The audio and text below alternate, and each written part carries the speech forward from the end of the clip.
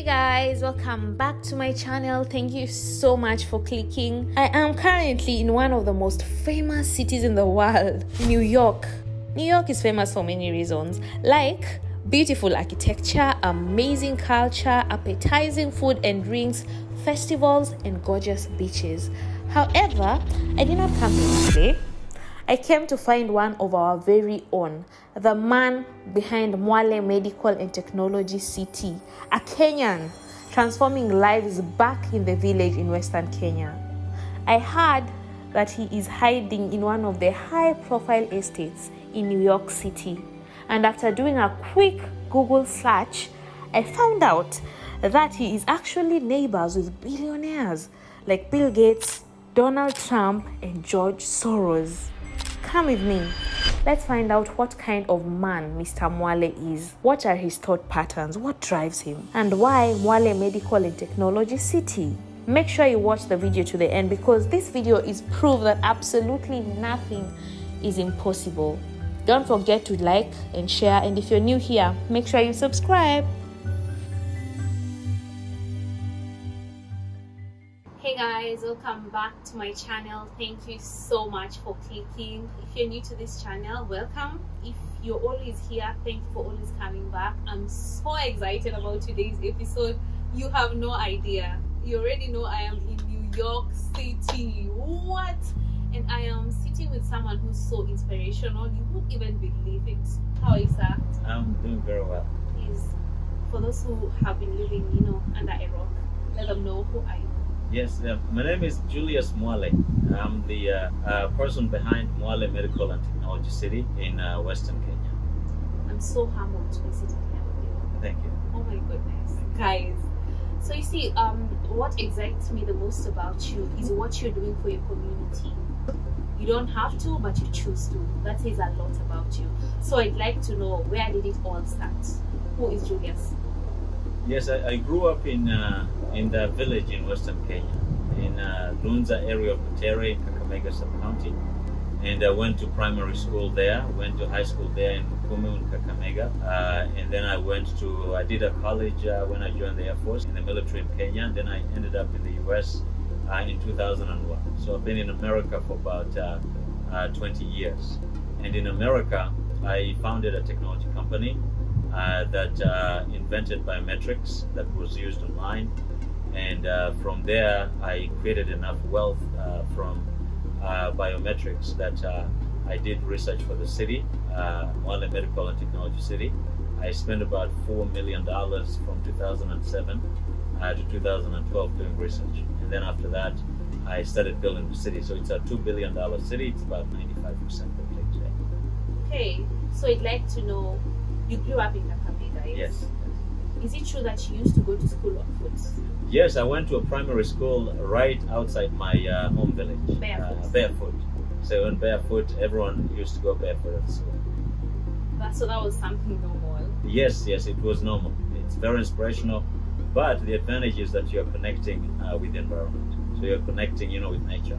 So you're connected in, you feel the ground, and you feel the surface, you can smell the rain. Yeah, you feel the sunlight. Okay, what kind of child were you? Yeah, I was a playful child. I was involved in all activities. I was the top in sports. I did soccer. I was a goalkeeper, a captain of the team. I was in PE, gymnastics. I was a captain, for the team. I played a lot, but I also did well in school. School was very important. Okay, so back then, what was your vision for your life? Yeah, my vision was, change. How can we impact change? I grew up, I was born, by the way, in 1976. So I'm 45 years old. When I was growing up, Kenya was going through change. And, we had a lot of problems, with development, within the area. So we wanted to make sure that, we had development, we had roads that came into our area, we had electricity. We were able to go to good schools, and then we were able to pay fees for schools for the kids. So my vision was how could I change the lives of these people? How can we transform lives of our villages so that we are living well and we are able to support each other and be successful as a community, not only one person. My vision was how many of these people can we be able to transform their lives, move them out of poverty and then have them successful. Okay, so you were in the army. Yes, in the Air Force. Yes. That's crazy. Yes.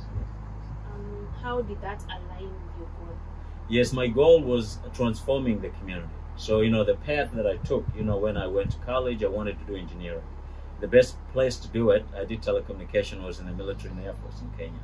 And so I knew by getting that, I can compete with any other person in the world. Yes, being a dentist is good, being a doctor is good, but I knew being a doctor in Kenya will limit me to only the environment, the diseases in Kenya, and most of the problems people face in the community. But being an engineer, I'll be global. I'll be able to access, resources globally, and I used it as a conduit that will be able to enable me to become successful into my life. Okay. So you haven't had it easy. You came to the US. Yes. And you're living in a homeless shelter. Yes. So when I came to the US initially, because I was in the military in Kenya, I came to the US. It was an asylum because I had issues with my technology that I was working at the time. I ended up in the homeless shelter in New York City. I lived there for a year. 9/11 happened. September 11 happened when I was in New York City in a shelter looking for political asylum because, without paperwork or documents, you couldn't be able to do anything. So when I was in a shelter for a year, I left. 9/11 happened. I came up with an idea to be able to protect the financial system in New York. Before you tell us about that idea, sorry for cutting you short. Yes. It wasn't easy being in the shelter. Yes. It's like a movie. It's like your movie. Yes. So your laptop was stolen yes. when you were at the shelter. Yes. And you lost research. Yeah. Years of research. Exactly. So I was working on. New York City is. It's a very different culture compared to the culture I grew up with in Kenya. So I had lived in Nairobi a little bit when I was in the military and in college, but I came to New York, and the culture was very different. So when you get in a homeless shelter, it's halfway home for people coming out of jail. And so you're meeting people that are not the mainstream people in society. But the focus was I was working on this technology, and I was like, how can I get it out? And so the environment wasn't that important for me. Although, the culture shock was very, very big because the way you talk to people, the way you basically, the foods that you eat, the weather, the climate is very different because you had like winters that have shorter days. So you had 6 to 7 hours of sunshine in the winter. And then you had longer summers that have 16 to 18 hours, when the sun is outside. So it's a very different kind of culture. So during the summer, for example, I'll find myself out at 5 o'clock in the morning and there was sun and I didn't see anyone else outside. So I thought, oh my God, these people are a little bit lazy in this country. They don't wake up when the sun is up, and all that. So it's a culture shock, very, very big, in Kenya.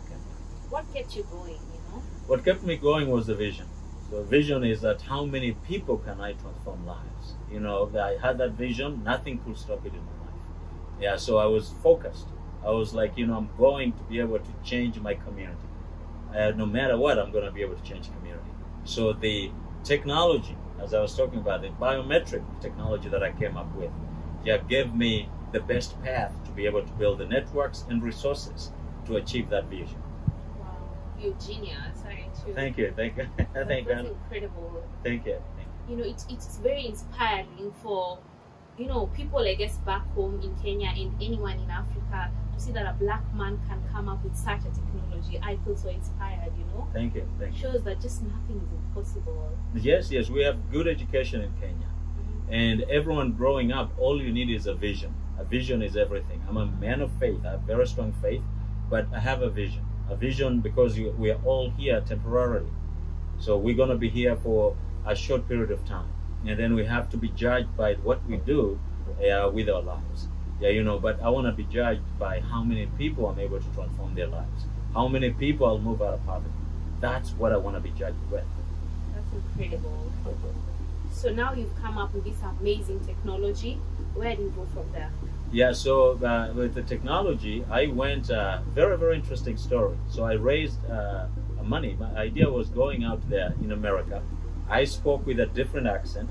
I am in New York. It's not a technology city like California in Silicon Valley.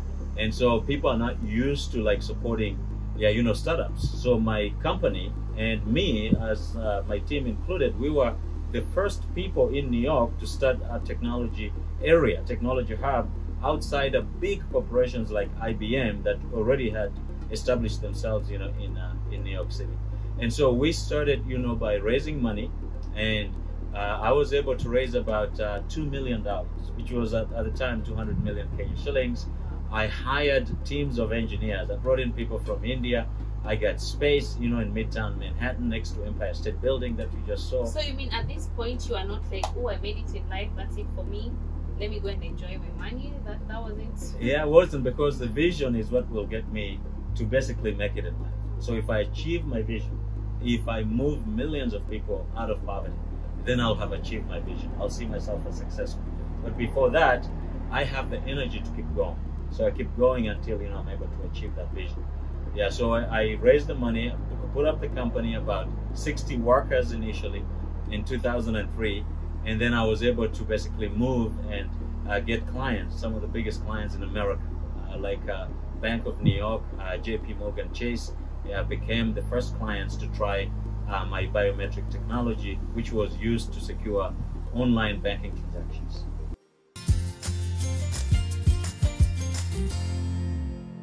Guys, so apparently he has like 19 horses, and one horse is about 1.5 million. Did I hear you right? Mm-hmm. What? Are you serious? This is crazy. Like million Kenyan shillings? Yes, yes. Why did I believe in you? What was unique about you? Yeah, it was the passion that I had for the vision. So I had passion of what I was doing. At the time, I was one of the first people to be able to invent web-based or online-based biometric systems. So I did, my system was called the system and method for string-based biometric authentication. So what it did is that, if you logged into a computer, if you wanted to log into your bank account or into your account online, at the time of 9/11, when the September 11 happened in America, people were worried about security of the online networks. So I invented the technology to be able to resolve that worry, to tell people, look, you can log in with two-factor authentication. That's what we brought up at that time. I was one of the people that brought up the two-factor authentication. Username and password as one factor. The second factor is either a biometric, either a token, either a security code, or a picture, something that you can use to be able to be verified to get online. So mine was biometric. And so banks, adopted that. More money moved into biometric research. Universities here in America picked up on it, and it became a whole new industry. And so every single biometric invention that came after I did my invention, in 2005, that's when I got my patents, priority patents applications and all that. They refer to my patents. So big companies in the world, like Kyocera and all that, they refer and reference all my patents for every biometric, technology that is now coming up. So I was one of the pioneers in that. So it put me in a very good position. Put me in a very good position to be able to effect and reach my dream of having enough resources and enough network so that I can transfer that to transform our community there in Kenya and of course all over the world. That's incredible. Are you feeling inspired already? Drop a comment, let me know. Kenyan doing all this, I just feel like nothing is impossible, So when I started my company, the market was not, they didn't know biometrics. In America at the time, biometrics was seen as very intrusive. So no one wanted to put their fingerprint or thumbprint up there. So IBM was the only company that had done an imaging for biometrics at the time. They had a patent in that area. And so I got into transforming that to be used for the internet. And so what I did was that I managed to work on legislation, work with local leaders in New York and within Washington to make them pass regulation and legislation that will mandate, allow all the banks, in the United States to adopt a two-factor authentication. And that legislation was passed in 2004 and it was effective in 2006. And then the banks were able to adopt our technology as part of a regulatory requirement by the government, at that time. So those of you who've been wondering where Mr. Mwale made his money, this is how he made his money. Because people will wonder, I have been to Kakamega, I have seen the amazing work that you're doing, but people will wonder, where does he get all the money to do all this, So at least now, talking about Kakamega. So I went to the village and wow, what you're doing is incredible. Thank you. Man. Guys, do you know about Mwale City? Have you been there before? Drop a comment. Let me know what you think about the place. You decided to go back and make a difference at home. Yes. Why? Yeah, so again, just talking about my vision, moving ahead now, I was successful.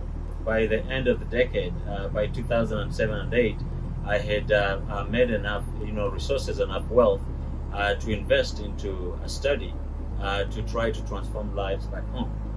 So I invested about $4 million in a feasibility study with a big American company. It went on the ground. It did a study in Kenya from 2007 to 2012. And that study found out that 180,000 people in East Africa go to India for medical treatment, for specialized medical treatment every year. And they spend billions and billions of shillings every year. So I saw an investment opportunity to be able to invest in building a medical city and a technology city in a rural area, in a local area, and tap maybe just a third of that market that went to India, to be able to get treatment. That's amazing. So you mean Kenyans don't have to travel abroad now? No, they don't have. So we've built one of the largest hospitals in the world. Right now, we opened in 2019, and it's gonna finish. We're finishing 5,000 beds capacity for the hospital, making it the largest in the world. And it will see 12,000 patients every single day by the end of next year. And it has a National Hospital Insurance Fund. Patients who come in from the county, they get free treatment. Not free that the insurance doesn't pay, that it's free that they don't pay. The co-payment they're required by insurance to pay to access services at the hospital, they are not charged that amount. So building this hospital, not only are you treating the members of the community, yes, Kenyans in general, and also you're creating employment to so many people. Yes. So the hospital now, so it's been open for about 2 years. We've expanded it now. It's going to have total of 5,000 workers. 5,000 workers. Right now, the city has over 4,800 workers that work in the city. Yeah, today. But by the end of this year, with the hospital fully completed, we're going to be over 10,000 workers, and by the end of 2022, we'll have over 20,000 workers. Because remember, this is a city with 5 districts. That's incredible. Thank you. That's incredible, guys. And the hospital is just part of what he's doing. He's building a whole entire city. It's crazy. Tell us more about the city. Yeah, so the city has 5 districts. Has a district where the hospital is the plaza. We have an airport district where we're going to be receiving patients coming in for specialized treatment. Airport bringing people in a cable car. And then we have a golf district. We've built a 36-hole golf course. And along the golf course, we have residential homes for the workers working in the city and the community. So we're upgrading homes for the community members. So we don't displace them, from the community. They live in the golf district. And then you have the grid district, which has homes for upscale people. So if you're coming in, you want to have a mansion, or you're building a home that is not a multi-story, it's not a flat, you build in the grid district. This grid district starts from the 1st street going all the way to 12th Street. And it goes along the boulevard in a grid-based system. It's like a grid. Yeah, 1st to 12th Street, about 6 kilometers, yeah, on the street there. And then we have the industrial district. Industrial, where we already have a big power plant, a 10 megawatt, solar power plant. And it's being upgraded to 50 megawatt. One of the largest solar power plants in Africa. Right now, it's one of the top largest power plants in Kenya. Yeah, so it's already, operational, it's finished. And of course, the Elon Musk's company is working with us, for batteries, for the solar power plant. So it's a big technology city.